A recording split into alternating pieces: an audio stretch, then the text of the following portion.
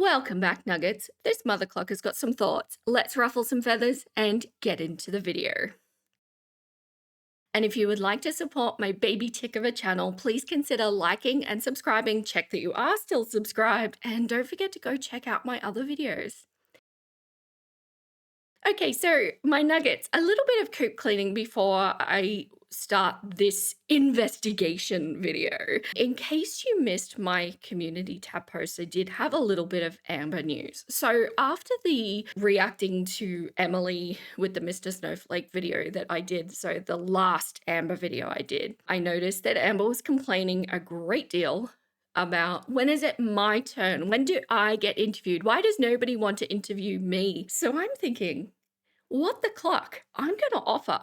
So I sent her an email outlining what I was offering. And if you want to check that out, I'll link it below. Basically, with the aim of being interviewed by somebody who is neither friend nor foe, although I'm sure that I've said enough stuff that Amber would absolutely see me as a hater, although that does not define me as a hater, and from somebody who is going to pose questions that make her think, that make her at least start to comprehend, to take accountability, because the reality is she's constantly talking about taking accountability, yet we're not actually seeing real accountability. So I was interested to hear some perspectives from her. And a lot of you responded in that post saying she's just gonna get ChatGPT to answer it, and like ultimately if that's the route that she wanted to go, that's fine. I still think there's stuff to be analyzed within that response, and she still kind of needs to curate it, and we can get into the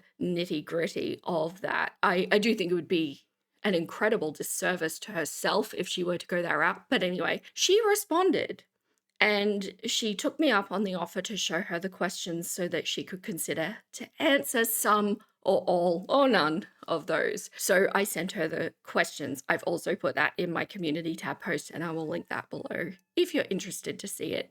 So far, radio silence, but I'm assuming with all of the Aunt Tammy stuff that's going on at the moment, I'm assuming that my questions will be very low on her priority list, if she indeed wants to answer them at all, because really my questions hold her to account, and I feel like that's probably going to be a very uncomfortable place for her to be. Time will tell. We'll see. She's either going to answer it or she's not. I'm not going to chase her for it, because I think in the chasing, that's kind of handing over a perceived power, and somebody like Amber Lynn, that's just not something that I'm going to give away. So we'll see where it goes. Oh, and regarding the Aunt Tammy cluckery, what a situation that is. I was trying to stay out of it. It's developing and going on a little bit longer than I thought it would. So I'm thinking about doing a, timeline to date and a summation of it all. It's utterly ridiculous in my mind. And I do not have favorable opinions towards Aunt Tammy, which is not saying that I have favorable feelings towards Amber Lynn. I think everybody in this situation is a cloaca. So for today, I wanted to put on my Chuckin detective cap, and sorry, my boys are having a crow party at the moment. If you can hear that, they want to be part of the video. And I cannot stop them. So let's put on our detective caps, and I wanted to deeply analyze the facts, kind of like a crime scene investigation of everything surrounding Rarity's disappearance. This is taking into account Amber's first, second, and third story, and of course Emily's take on the events as well, and any hard and fast facts that we do actually have surrounding this. And at the end, I'll tell you what I think is most likely, and you can tell me what you think happened. Based on all the facts at hand. And I did originally say when I was first covering this content that I didn't think that she made Rarity disappear on purpose. Whether I still hold that opinion or not, I will let you know at the end. So without further ado, let's get into this video and let's start looking at these facts. I am going to list them on the left side of the screen as they're mentioned so that we can easily keep track of the facts. Hey guys, welcome to a new video. So this video is going to be updates on Rarity, my cat that is missing, and also questions and concerns that I've seen float around. I want to do my diligence and answering questions, because it just seems like a lot of people are confused, and I know there is a section of people who watch me who stay confused on purpose. I'm not making this video for them. I'm making this video for my supporters and for people who actually care about Rarity. I actually think a lot of people care about Rarity, and I think sadly that a lot of people care about Rarity more than her supposed owner. So this was the original explanation video from the 24th of November 2024, like a week and a half after Rarity went missing, and this is the video where she recreates the crime scene. So let's watch. So a big question is like, what day did she go missing? Did she go missing while you were at the Billie Eilish concert? Like, I'm confused why you're at a concert while your cat is missing. Like, what? Billie Eilish concert happened on the 14th. Rarity went missing very early in the morning on the 17th. I was not at a Billie Eilish concert while my cat was missing. I could tell you that. So first thing, I think just the way she uploaded made it look a little odd. So we have confirmation saying very early in the morning, and I've just put here 5 a.m. because later she does mention 5 a.m. on the 17th of November, which is interesting to me because according to the screenshots from the original piece of evidence that came out, it wasn't reported until the 18th. And I find that discrepancy a little odd, potentially. Maybe you wouldn't put it out straight away. Maybe you would. I'm the sort of person that I would, especially if the time of events is that she's gone missing at 5 a.m. and then we've been searching all day and she hasn't turned up. I would probably be looking to start reporting it that evening so that no time is lost. Tell me what you think. Maybe a day, 24 hours is not outside the norm. But especially knowing that there's no collar and there's no chip, I would not be waiting on this. And if you watch the video I released on Amber's neglectful cluckery, you know that I get very heated about this particular topic. I think it's nothing but neglectful to not have the cat chipped. In Australia, you actually have to have them chipped. And that is the greatest criticism that I originally had for Amber around the missing pets, especially the fact that she moved them to an unfamiliar territory with no proper acclimation period that you're supposed to do for cats and dogs, and there was no attempt on a collar or chip. She shouldn't have taken them in the first place, considering the original trip was only supposed to be a couple of weeks. But had she been taking them to a new territory, the preparation should have been that she took them to the vet to get them chipped before she left, right? Just in case, because new territories bring this kind of thing. Another question I'm getting is, why isn't the yard fenced in? It is. It is a fenced in yard. Okay, so this is where maybe I got a little deep in the investigation. Now, I just want to qualify this that I stumbled upon Emily's address surprisingly easily, even while I wasn't actually looking for it. And if Emily is listening to this and you would like me to tell you exactly where this is, because I believe that it's a friend of yours that has this up still, contact me on the DMs of one of my socials. They're linked below, and I'll let you know where it is. I don't encourage anybody to go looking for it, but here's what I did. I have recreated a general layout of her house so that we can see exactly what was happening when. Now, I've redrawn this in a way so that it can't be reverse image search. I've also changed some distinctive characteristics that make it a little bit more identifiable that don't actually affect what we're looking at here. So again, I respect the privacy. I came across this by accident, but it's horrifying how easy this is to find. Please don't go looking for it, though. It doesn't do anything outside of these purposes. So I can confirm that this is verified. This is verified that the yard is fenced in. But what I will say is it does appear to be a relatively low fence. So it would absolutely work for dogs with no problem. But cats, of course, we know can jump quite a bit higher than a dog. So this is not what I would consider a fenced yard for a cat. And so this answer is completely redundant and already misleading. So here you can see all of the little dashes with dots that I have there are doors. 3 of them are confirmed. This one here, I don't know if there is a door somewhere around here because it'll be internal, but most garages like this, we do actually see a door connecting into the house. So here where you see the door next to the deck, this is the door that Amber Lynn is referencing as the glass sliding door. And where she sits in that little dining nook to do all of her videos. As you can see, the whole thing is fenced, but there's also like a footpath that leads from the deck into a door that goes into the garage, and that may be important later. Another question is like, bro, Amberlynn, like, how did you not notice that the door was open when you let the dogs out? So yesterday I actually filmed exactly what happened and how it happened. So here it is. And I think anybody that's lived in a cold climate, I have lived in a cold climate before, I think it's difficult to understand how you wouldn't notice that, especially when it's snowing, which we know it was. In the depths of winter, how could that not be noticed? And that is a tricky thing to understand. But potentially, if she's not in the same room, or if she left the door open and then walked around the house outside of that, maybe she wouldn't have noticed it. But if she was sitting right next to that door, it's hard to imagine how she couldn't possibly notice, because it would be freezing. So this is her recreation. Let's watch. So usually I take the dogs out and this curtain is usually open. So I just close it like that. But when it happened, it was 5 in the morning. Yes. And this is closed.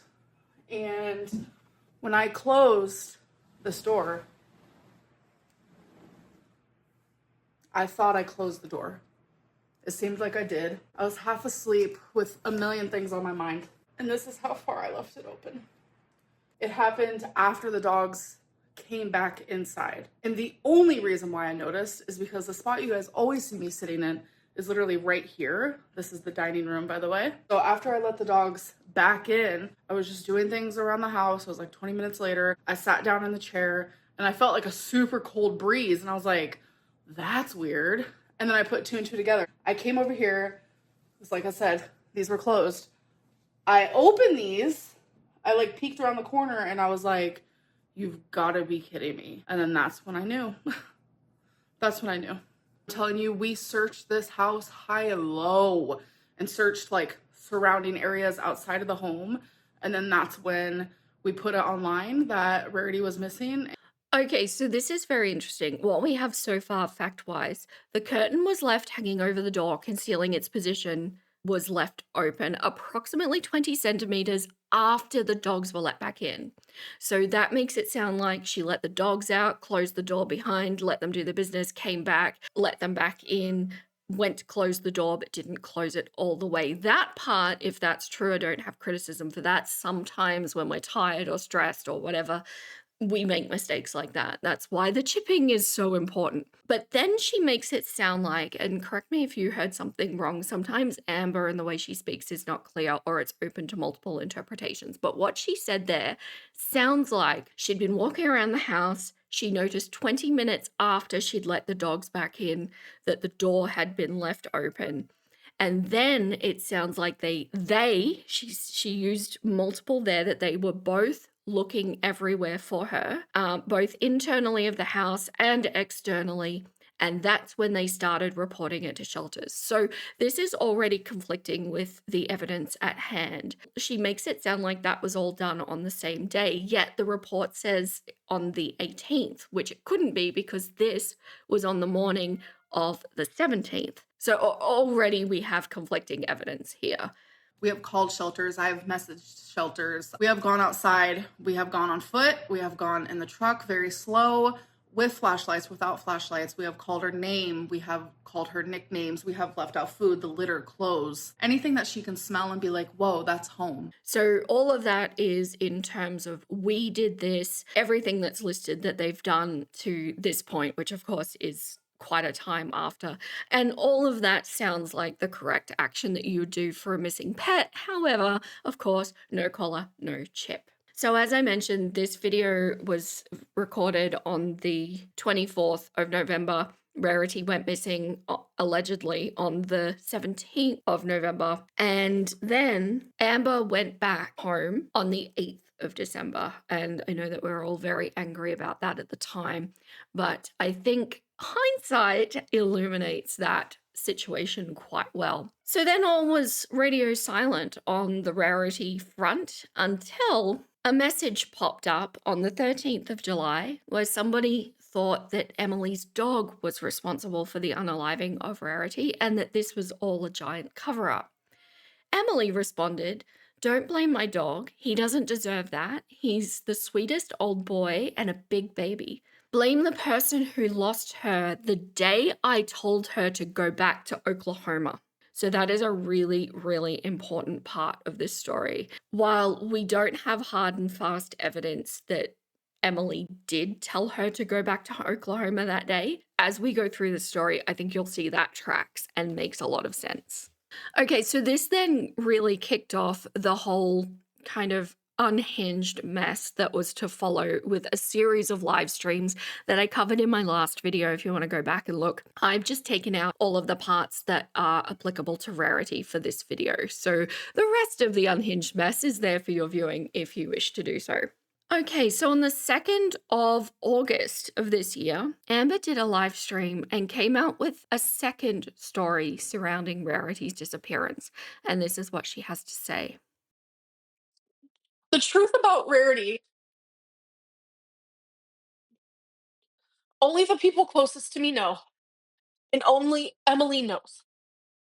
So, this statement straight off the bat is very odd to me. Only the closest people know, and only Emily knows. So, we've got a clarification on the clarification, which is odd to begin with. And it's like this clarification immediately sets up, well, nobody else could possibly know the truth. Only Emily and I know the truth. So what I'm about to tell you is 100% the truth. How does that sit with you? Because it raises my alarm bells just a little bit. Now, I will say that I've edited the next sections very heavily because she goes off on tangents of sobbing and arguing with her audience, and I've edited all that out just to try and keep things as concise as I can for the facts of this case. We're sitting in Emily's truck. So since we're both sitting on our phones in her truck, um, I saw her talking to this girl named Andrea. Oh, don't worry, this is about Rarity. This is about how it all happened. And flashback 2 weeks prior, I saw her talking to Andrea and they were talking badly about me. And I was like, who's Andrea? Obviously. And she tells me it's a girl from work. So my gut feeling tells me that's a fucking lie and I do not believe it whatsoever. So I just let it go. Okay. Then it was a week ago. I mean, at the time we're sitting in that truck. I'm talking about Rarity night, okay? So, the way Amber describes the timelines, and this is going to be a running theme, it is so difficult to track because she's using the night, and notice she actually slipped there and said the night, Rarity's night. That is an important phrasing. So, I believe she's using the Rarity event as the reference point. So, she's talking about a fight that had been leading up for 2 weeks prior to Rarity going missing. And I think that this fight is also really significant as we go through as well. So she's just going to describe for a little bit how bad this fight got. I see Andrea again. And I was like, why do you keep like talking badly, being suspicious with this Andrea girl? I find out that night that this is a hater, someone that genuinely hates me more than anything in this world. And they would just sit there and talk bad while I'm literally sleeping next to her in her fucking bed, bro. If you'd missed that, I found that difficult to understand. She basically said, while I'm lying next to her in her freaking bed, bro. So she perceives that Emily is speaking badly with this hater. And as I said in my last video, we don't actually know if this is the case. This is what Amber's saying. Okay. So I believed that she would never talk to her again. Well, here we are, sitting in her truck again, and her stupid little message pops up. And then I see that they're talking again. So then I say, let me see your phone. So long story short, I just found out a million different things that literally broke me. Like genuinely, I felt like I was in a different state away from my mom. Like I was like, this cannot be real. See, this is why it's so difficult to track. So she originally said that they were sitting in the truck, which I think is a week out from Rarity's disappearance. But she's also referencing being in bed with her potentially 2 weeks prior. But it sounds like she's referencing the truck on both of those. So it's very difficult to tell exactly what's happened. I don't necessarily think it matters where they were or when, just that this was a build-up of events. It was going to be a big explosion. So we get in a big fight. I'm telling you, it was off the chain. It was big. Neither of us know. Oh, we're getting to the Rarity. Neither of us know how to handle fucking. So the argument was so fucking bad that I think it was like 5 a.m. or something. I don't even know. She ended up leaving her home through the kitchen door, which is the sliding glass door. Okay, so our first point, and I have just added in a little bit more information that comes out later. So she had a fight with Emily for 2 weeks leading up to the loss of Rarity, culminating in a fight on the 16th of August at 5 a.m. Now, the reason why I've put the 16th of August and not the 17th of August is because of what Amber says in a few clips. So let's leave that there. Keep it in mind. I'll bring it back up. And my favorite part of this whole thing is she likes to say that you guys see me. I'm over 500 pounds. I walk very slow. Like I'm a slow mover, okay? I mean, she kind of jumps around.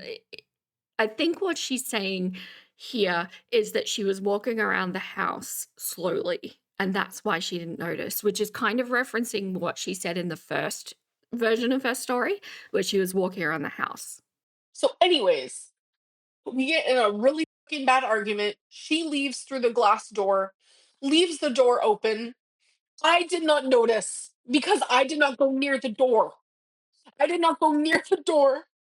I was sitting at the kitchen table waiting for her to come home, and that's when I noticed the cold breeze.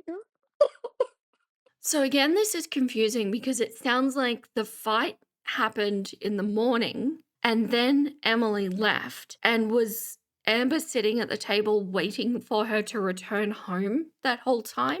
Now, I've got here that Emily question mark in brackets left for work. Amber doesn't actually say, but we have confirmation later on that she's actually gone to one of her 12-hour shifts. So the way Amber makes that sound is that she was sitting there waiting for her all day. So she didn't notice that door all day. But that doesn't make sense, right? Because if you're thinking the way Amber has framed this is it's kind of sounds like, oh, there's been a big fight. Emily's just gone out to blow off some steam and she'll be back. Like maybe she's gone for a walk or something. And that would make sense for Amber to be sitting there waiting for her to return home. But either way, she's still sitting next to that door because if we look at the map, this is where the sliding door is, and this is where Amber always sits, and where she referenced in that first video. So what do you make of this? And I'm really open to your opinion on this because just the sheer way that she explains everything is so muddled and so difficult to track that it does leave it open for interpretation. And I think if this was like an actual criminal investigation and she was doing this with police, I think they would have a really difficult time pinning down exactly what the events are. And it would sound like her story is constantly changing because she's just so incredibly unclear around that. And that is to her detriment. But I also think when a traumatic event has happened, and you know the truth, it's very easy to recount those details in my experience. It's like you remember these things. So this does ring alarm bells for me. It was just a lot. In my brain, I was thinking, there's no way Brady got out. We're good. It's like one of them things. Like Tommy's house is huge. Cats went everywhere. I was thinking Brady didn't even notice.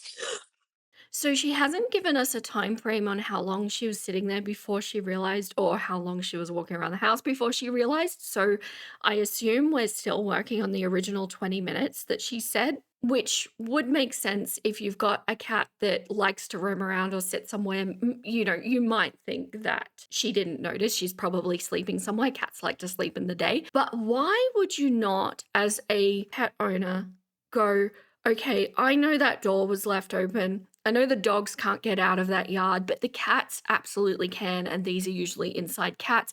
So, considering that there was a security breach, I'm going to go check and see where all the cats are. But of course, Amber doesn't do this because she's right.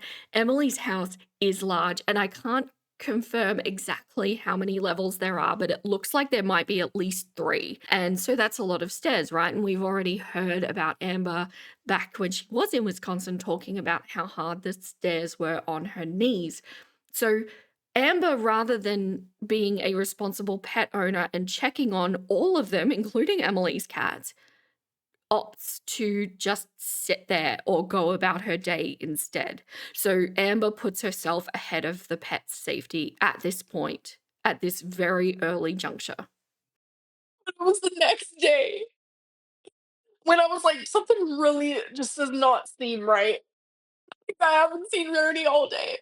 So that right there, that's why I put the fight was on the morning of the 16th, because she said then it's the next day. So she hasn't seen Rarity for 24 hours and now she thinks something doesn't feel right. She has not seen this cat for meal times, which by the way makes me think that she's not doing meal times. But that puts the timeline into complete question by saying the fight happened 2 weeks earlier. It hit her head at 5 a.m. on the 16th of August, and then it wasn't until the next day, on the 17th of August, that she realized Rarity was missing. What is that? What is that? I'm thinking, oh my god, I've been taking the blame this whole fucking time. I've been taking the blame this whole fucking time because I constantly was staying up for this fucking bitch. What's wrong with me?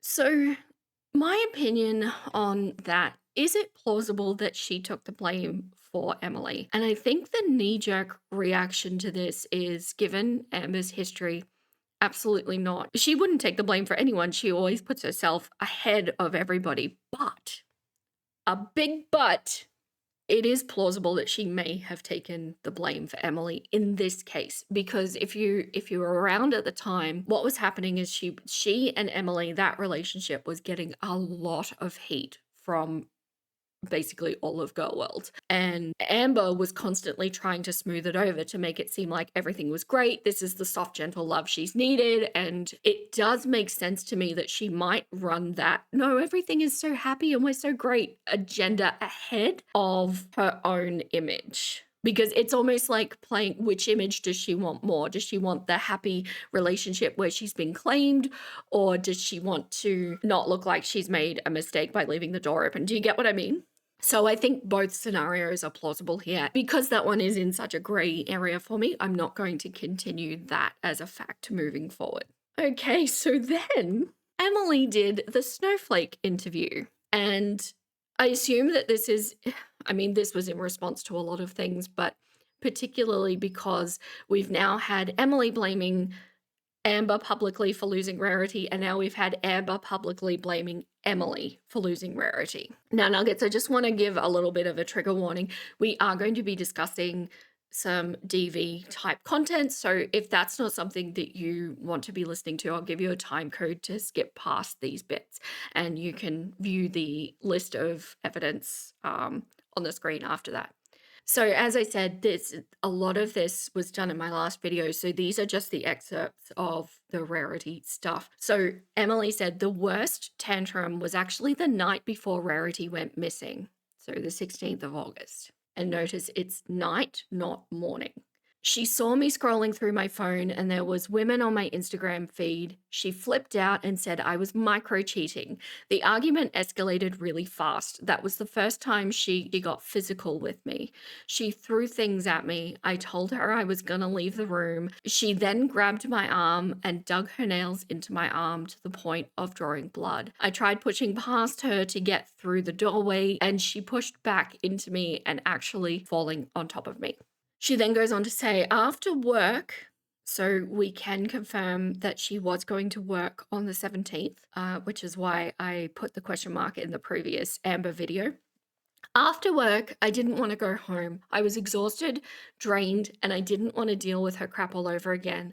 She had been blowing up my phone all day trying to apologize and see if I would change my mind about having her go back home. So Emily's confirming here that she did tell her to go back home after this particular fight. After work, I went for a walk to decompress. She was not happy about that and was blowing up my phone, asking me to come home.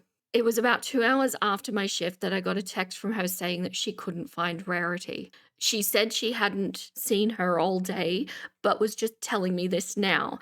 At that point, I came home right away. I figured she was just somewhere in the house and she, at being Amber, was just saying that to try and get me to come home. But after I searched the entire house while Amber watched, she wasn't anywhere to be found. At that point, I moved the search outside. I was exhausted, but searched all hours of the night looking for her. I really thought I would find her that night, but it was no luck. Okay, so we will see in a little bit some time-stamped messages from Emily to Amber that confirm the message that Rarity was missing came in at about 10 p.m. So it tracks that if Emily was walking around for 2 hours, that means her shift finished at 8 p.m.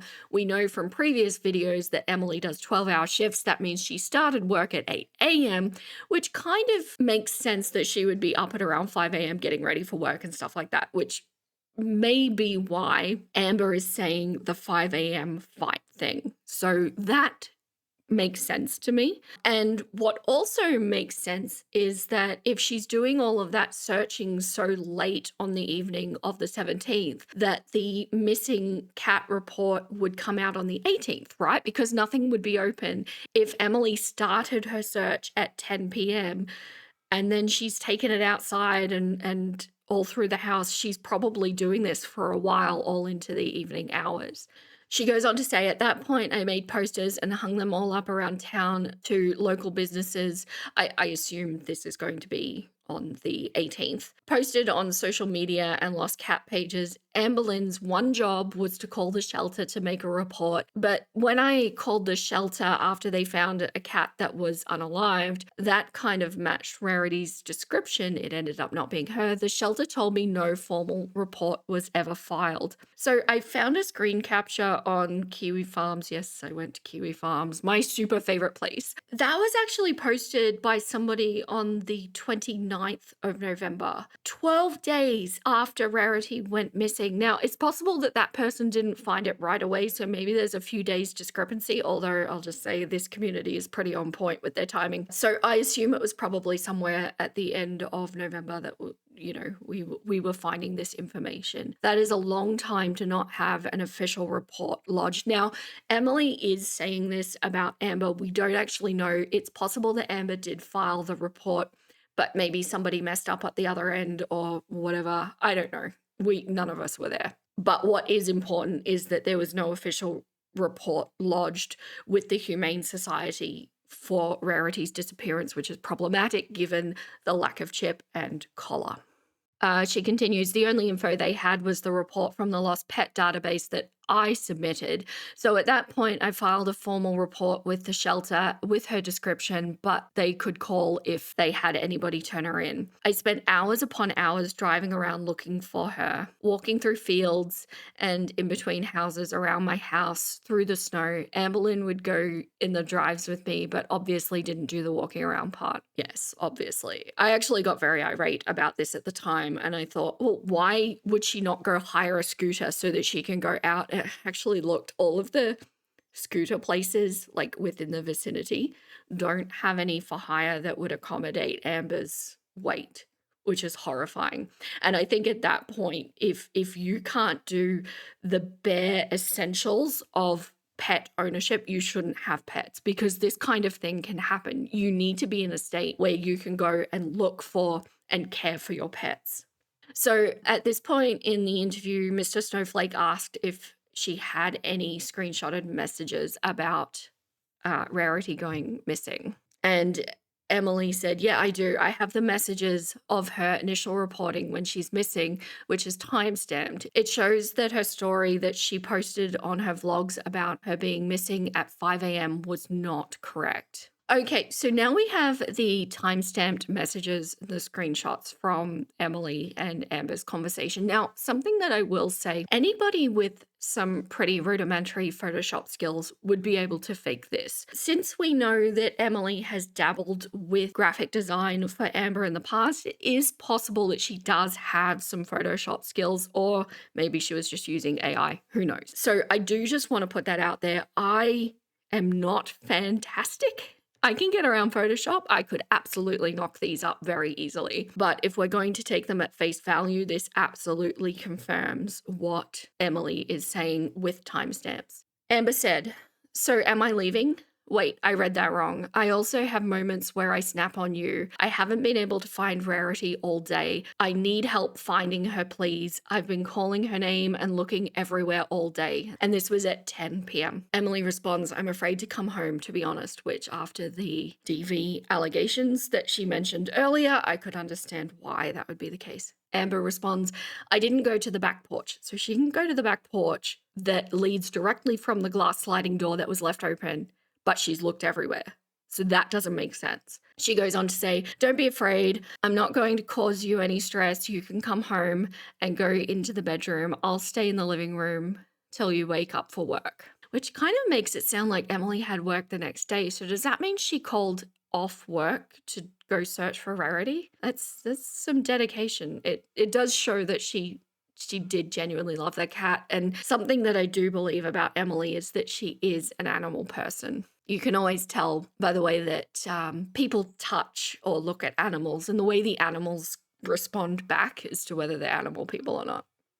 I could be wrong, but that's my opinion. It looks like some of the messages have been left out. So Emily says, "You didn't hurt me on purpose. Why would you regret it? Get real. I don't want you to touch me." Amber says, "I regret anything I've done that has hurt you. I understand. Oh my God, Princess is out. She just went up the stairs into the bedroom. I was so confused for a minute. Emily, can I ask you something?" Emily says, "What?" Amber says, "Can I have another chance?" Emily says, "No." So more confirmation that Emily called it at this point. They've been talking all day on messages. Emily tells her to go home, and then Rarity goes missing. Amber goes on to say, "So you want me to pack my bags and leave?" Emily says, "Yes." Amber says, "Check Snapchat, please." Emily says, "I've been mistreated before, and I was dumb to have stayed with her because look what it led to." Amber says, "I would never do that. I sent a whole video. It's taking forever to send." And then that's the last we have. So clearly this was a breakup level fight, if these screen captures are correct. So back in the interview with Mr. Snowflake, Emily goes on to say, "I would get so pissed when we were driving," looking for Rarity, I assume. "She would have her head buried in her phone playing that stupid Farmville type game instead of looking out the damn window to find her cat. I loved Rarity, and she was a sweet cat that would always sleep on my chest. I did everything I could to try and find her. I can't say 100% that she purposely let her out. I think given the circumstances of the situation, doesn't look good. If it was a ploy to get her to be able to stay in Wisconsin longer, then I guess it definitely worked." And this is where I start to feel uncomfortable, because looking after animals runs to my very core of my existence. It's not just, are you a cat or a dog person? No, I'm an animal person, and everything I do is in the care of animals and the rescue of animals. Although I know I do talk about chickens a lot. Chickens are great. So it cuts me deeply to think of any animal being mistreated or neglected. Do I find it plausible that Amber may have created an incident to get Emily back home to sate her BPD or NPD moment? Could something have been created? Unfortunately, I find that plausible. Unfortunately, I think that tracks, because if we consider the, adult toddler situation that Amber has going on with her tantrums, and at least she calls them tantrums, what happens to a toddler that is used to being given everything that it wants when you finally tell it no? It escalates the behavior, right? Because it goes, "Oh, okay, well, this used to work, so now I'm going to try this, which is more, to see if it gets me what I want." And then you give it what it wants, and so on and so forth. And the behavior slowly and slowly and slowly escalates. We have a situation here where Emily is saying, "No, I want you to go home. You cannot stay. And Amber is chucking a tantrum of, I want. And Emily saying, no.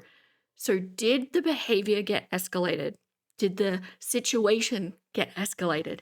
Is Amber willing to do anything it takes to stay there? Okay, so later that day, Amber did another live stream reacting kind of raw to this Mr. Snowflake interview with Emily. I am calling this her third story because it kind of evolves a little bit. So let's hear what she has to say. I'd get so pissed when we were driving because she would have her head buried in her phone playing a stupid Farmville type game instead of looking out the damn window to find her cat. That's a fucking lie, because up and down those streets I would yell, Rarity, you're a fucking liar. I loved Rarity, and she was a sweet cat, and she would always sleep on my chest. I did everything I could to try to find her. I can't say 100% that she purposely let her cat out, but give the circumstances, the situation doesn't look good. You left the fucking door open. When you left that night, you betrayed me and you could not handle the fucking heat. She said night. You left the clucking door open when you left that night. Language is interesting, isn't it? When people slip, because it's almost like the self wants to tell the truth. Even if the self has been proven to be somewhat of a pathological liar, the raw subconscious wants to tell the truth. It happened at night. You cannot handle the reaction that I had due to the pain that you caused me. You left the fucking door open and I took the blame. That is a conversation we had ad nauseum. We talked about it so many fucking times, my head was about to pop off. So many times we talked about it, Emily. And you know that. I took the blame for you over and over and over. I lied about everything for you, about you being a feeder. And I lied about us not being a relationship to protect you constantly because I wanted people to like you. So, as I said earlier, I do think this is plausible. Very plausible, but so is her orchestrating an event. What do you think, Nuggets? So our huge fucking argument happened wee in the morning. Wee in the morning. I mean, I'm telling you, it was like 5 a.m., 4 a.m., like around that time, I would say. And Emily has a massive house. And a lot of the cats, like her cat Daniel, Princess, Wasabi, Rarity, they all like to be in the basement. That's where they went to the bathroom. They would eat down there. They would play down there. They would just hang out down there. That's where they like to chill. They had free roam of the whole place. But that is where they were a lot of the time. And also her cat Wig. So that's like the place where they like to go. So normal pattern of the day is a lot of the time, like you didn't see a cat. You didn't see a cat because they were all hanging out doing their damn thing at the basement. That's just what they did, because they had like a cute little cat door for the basement. It was actually really adorable.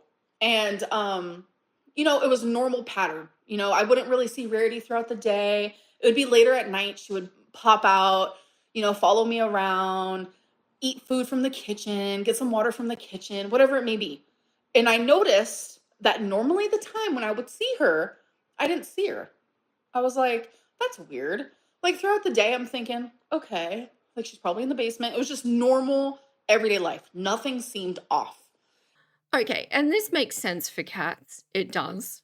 But the door had been left open. You caught it after it had been open for some time. So why are we not going down into the basement? And I'm almost wondering, is it possible that Amber cannot go into the basement? Basements are not super common in Australia, but I know that some houses that I've seen with basements, sometimes the stairs are like really narrow. Maybe it's that kind of situation. I couldn't find an image of Emily's basement to be able to confirm, but why would you not go look? That is the biggest thing here, I think, that doesn't make sense. Why would you not just go look? Go check all of them, because as we've heard, there are several cats in that house. Why would you not go look for each and every one of them if you know there's been a security breach?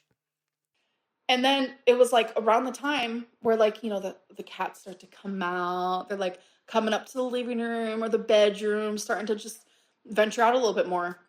I was like, it's weird. I've seen most of the cats today. but I haven't seen Rarity. And that's when I was like, what the heck? So I went down to the basement and I didn't see her. And I was like, this is confusing. I'm calling her name. I'm going to I'm going to floor number 1, floor number 2, floor number 3, floor number 4. And I'm like, Okay, so there you go. I forgot that she said that. So she can navigate the entire house, supposedly, allegedly. So this should have been done as soon as the 20 minutes of noticing that the door was open. But she waited until night.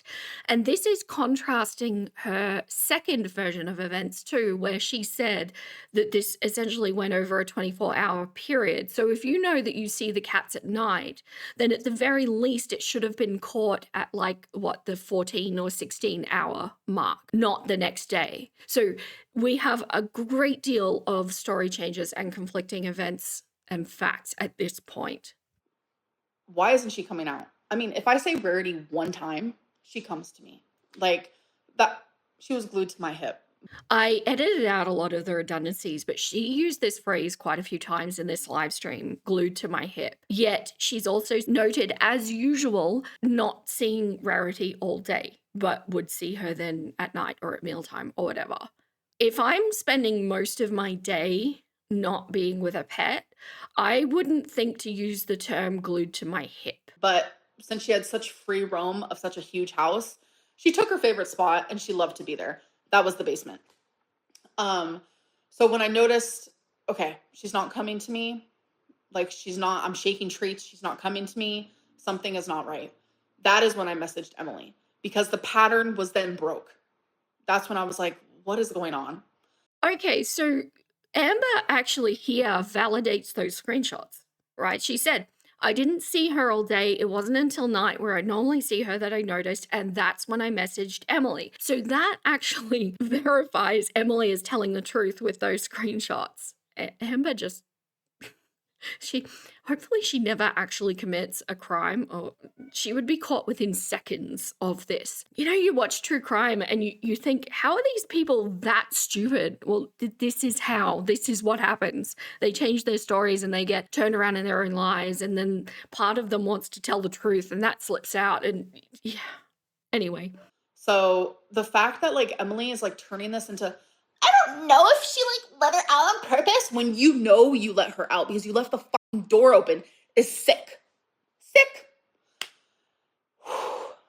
So what do you think? Is this a return to the lie? Because essentially, okay, this is what Amber's trying to sell us at this point, is that the fight happened in the morning.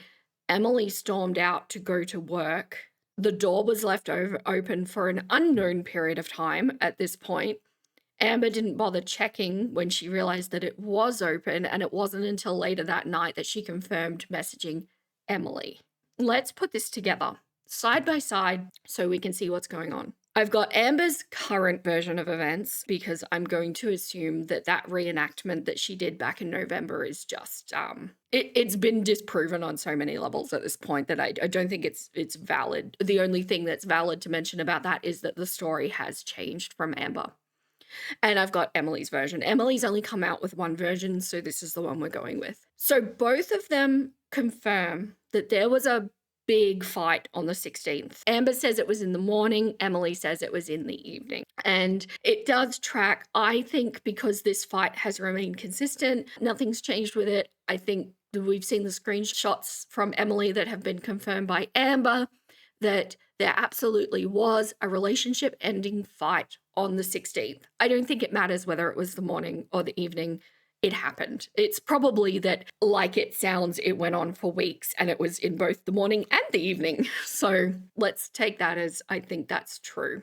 Amber said Emily left the door open when going to work the morning of the 17th. Now, Amber didn't actually say work, but it sounds like Emily did a 12-hour shift that day, and Amber confirmed those screenshots to sound true. So Emily's version is that she went to work early in the morning of the 17th of August as normal. Amber's version, we have to conclude that she was waiting all day for Emily to get home, and as usual, from her mouth, hadn't seen Rarity all day. Emily's version was that Amber had been constantly messaging her all day, begging to stay, begging for a second chance. Amber has absolutely no comment about the missing 2 hours between the message of Rarity being lost and the end of Emily's shift, but Emily said that her shift finished at 8 p.m. and walked for 2 hours to blow off steam until she received the message at 10 p.m., which both of them confirmed those screenshots. Amber messages Emily reporting not seeing Rarity all day at 10 p.m. and having looked everywhere except the porch where the door is that reportedly she got out. And Emily confirms. So they both again agree on that. That says to me that that is absolutely true. Amber failed to make an official report to the Humane Society, and Emily's version was that she made the posters and reports on the 18th of August and began official searching, and also sounds like she took a day off work to do that. So if we believe Amber, then there was a massive amount of neglect on her behalf around this. And I would say, regardless of whether Emily stormed out and left the door open, this absolutely falls on Amber's shoulders as who is at fault here. Because assuming Emily did leave the back glass door, which if we look at the map, considering the driveway is on the opposite side of the house and we know that she was going to work after that, it would make sense that she's storming out to go to her car. I feel like that would be a weird route to take, although we have also heard Amber's constant following in an argument, so maybe Emily was just trying to get out of the argument and looked for the first exit, and that was the one, because she would actually have to take quite a circuitous route to get to her car, where there are doors that go much more directly without having to go all the way around the house to get there and through gates and things like that. But that means that Amber didn't follow her out and just went on her day. And then which is fine, you know, mistakes happen. But then when she did realize that the door was left open, that's where the neglect happened. Well, and the lack of chip and collar.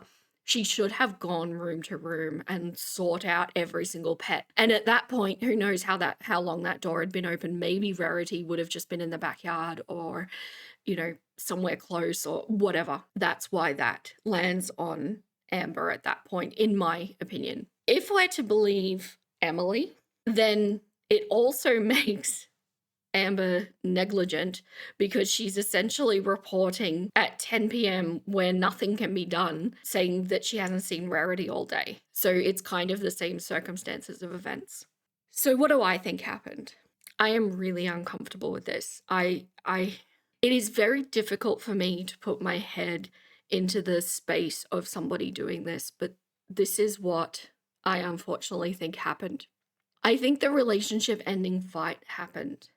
And when Emily said that it was over multiple times, I think Amber escalated her behavior in a desperate panic to get Emily back into the house, because I think that once somebody is with Amber, I think she perceives that that is where her power lies, and she can somehow get them to come around and they can stay, or they can have the fight out and not do this delayed messaging thing. I think Amber was in a state of panic and desperation and needed in that moment Emily to come home.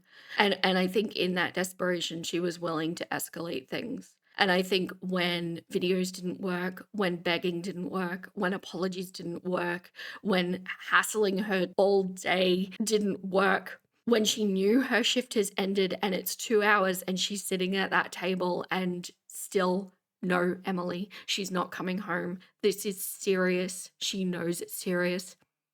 She thinks of something to get Emily home. I don't know if Rarity was just let out. My gut says that perhaps Rarity was put somewhere where, after Emily got home and they both started searching for her, Rarity would be found.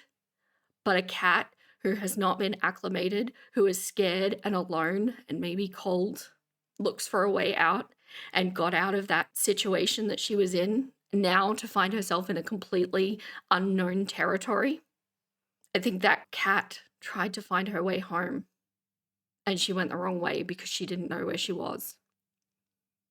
I think that cat was used as a pawn in a relationship, and this is so hard to talk about. I hope that somebody found a cat that had no chip and no collar and just decided to keep her because she's adorable. And I think for my own well-being, I need to think that that happened. But the reality is it was snowing. Maybe that didn't happen.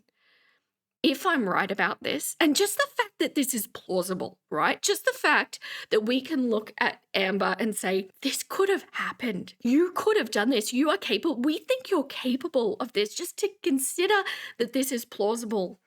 And she still has pets and she's getting more. It cuts me. It cuts me so deeply. If I'm right about this, this would go up there on the level of, the Casey essay allegation situation. It's a deal breaker for me to whether I think you're a worthy human being or not. There's just some things that are unforgivable. The fact that I can't confirm it, the fact that I can't prove it means that I'm not going to continue holding it in weight against her, but it's always going to sit in the back of my mind, isn't it? And maybe it's always going to sit in the back of yours as well. Maybe we're going to see her with these animals who are not looked after properly, and this just sits here. And then there's the whole Gracie situation. For those of you who don't know, Destiny's cat back in the day mysteriously went missing after nearly getting out on Amber's watch, and that whole situation looks sus as well. Destiny doesn't seem to think it was Amber's fault, but I'm not so convinced. Oh, my nuggets, that hit me a little harder than I thought. So, since we've all got our little investigator detective caps on, tell me what you think happened. What part of the evidence makes you think that? And how does that make you feel? Do you think I'm right? Do you think I'm off base? Or maybe you're in the camp that just could not possibly think that anybody would do that? And yeah, I was in that camp. After these lives, I am not so in that camp at all. Anyway, that's quite a heavy one. Shall we have a little bit of chicken clawback after that? I think we should. Let's just cleanse our palate a bit. Okay, so let's focus on this bundle of cuteness. This is Miss Florence. Now, Miss Florence is a very special chicken because she happens to be the visual that I think of when I say, let's ruffle some feathers. She is the true Mother Clucker. And Miss Florence holds our current record for eggs laid in a row. She is the grand reading champion of 23 eggs one day after another. Florence does have a tendency to go extra broody. For those non-chicken folk, broody hens on average will be broody for 2 or 3 weeks. Florence, if you let her, will go for 8 weeks, which is not good for her because they don't eat and drink as normal. Their entire focus is going into basically hatching the eggs that she does not have to hatch. So what has to be done is I have to pull her out at regular intervals throughout the day so that she can eat and drink. And I also give her something that I call a broody massage because they get a little bit sore and a little bit stiff. And so I get all up in there and give her a good rub down and ruffle her feathers. And so when I started this channel, Miss Florence was actually broody at the time. And I was doing that and I thought, ooh. So she's kind of the unofficial mascot for the channel, but she gives you the prettiest eyes and she's so sweet and she loves her cuddles and she'll always come and jump up on your lap if you sit down in her coop. So that's Miss Florence. But that's all the clocks I have left to give. Stay golden, my little nuggets, and I'll catch you next time. Hey, hey, hey, hey! I'm gonna go watch another video.